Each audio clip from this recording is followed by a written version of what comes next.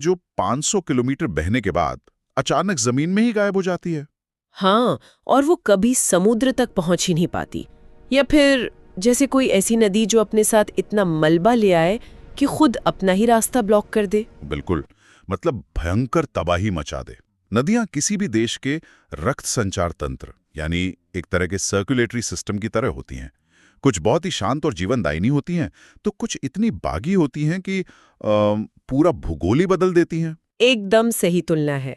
और आज के इस गहन विश्लेषण में हम भारत की कुछ ऐसी ही प्रमुख और बहुत ही विशिष्ट नदियों के पीछे के विज्ञान, उनके इतिहास और पारिस्थितिकी पर चर्चा करने वाले हैं। तो इस डीप डाइव का उद्देश्य सिर्फ इतना नहीं है कि कौन सी नदी कहाँ से निकलती है, बल्कि हमें ये समझना है कि एक नदी भ्रंश घाटी में क्यों बहती है, या किसी नदी को जैविक मरुस्थल क्यों कहा जाता है। जी हाँ।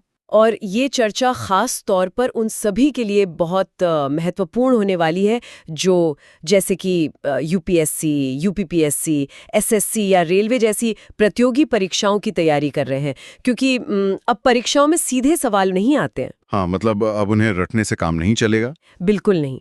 अब सवाल नदियों के व्यवहार पर होते हैं।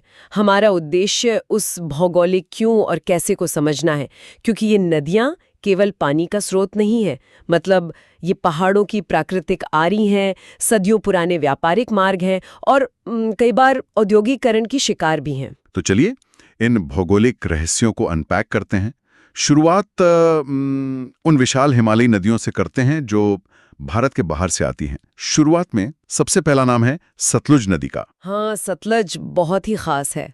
मतलब इसका उद्गम तिब्बत में कैलाश पर्वत और मानसरोवर के पास जो राकस ताल है, जिसे राक्षस ताल भी कहते हैं, वहां से होता है। ये उत्तर पश्चिम दिशा में बहती हुई शिप्की ला के पास हिमाचल प्रदेश में प्रवेश करती है। कुल लंबाई लगभग 1500 किलोमीटर है। जी, ये इसका बेसिक मार्ग है। लेकिन एक मिनट, यहां एक बहुत बड़ा सवाल खड़ा होता है। स्रोत कहता है कि सतलज हिमालय की विशाल श्रेणियों को काटकर गहरे गॉर्ज या कहें महाखड्ड बनाती है। मुझे ये समझ नहीं आता कि एक नदी इतने विशाल पहाड़ को कैसे काट सकती है। मतलब पहाड़ तो नदी से ज्यादा मजबूत होता है ना? अच्छा, यहीं तो भूगोल का सबसे दिलचस्प पहलू छिपा है।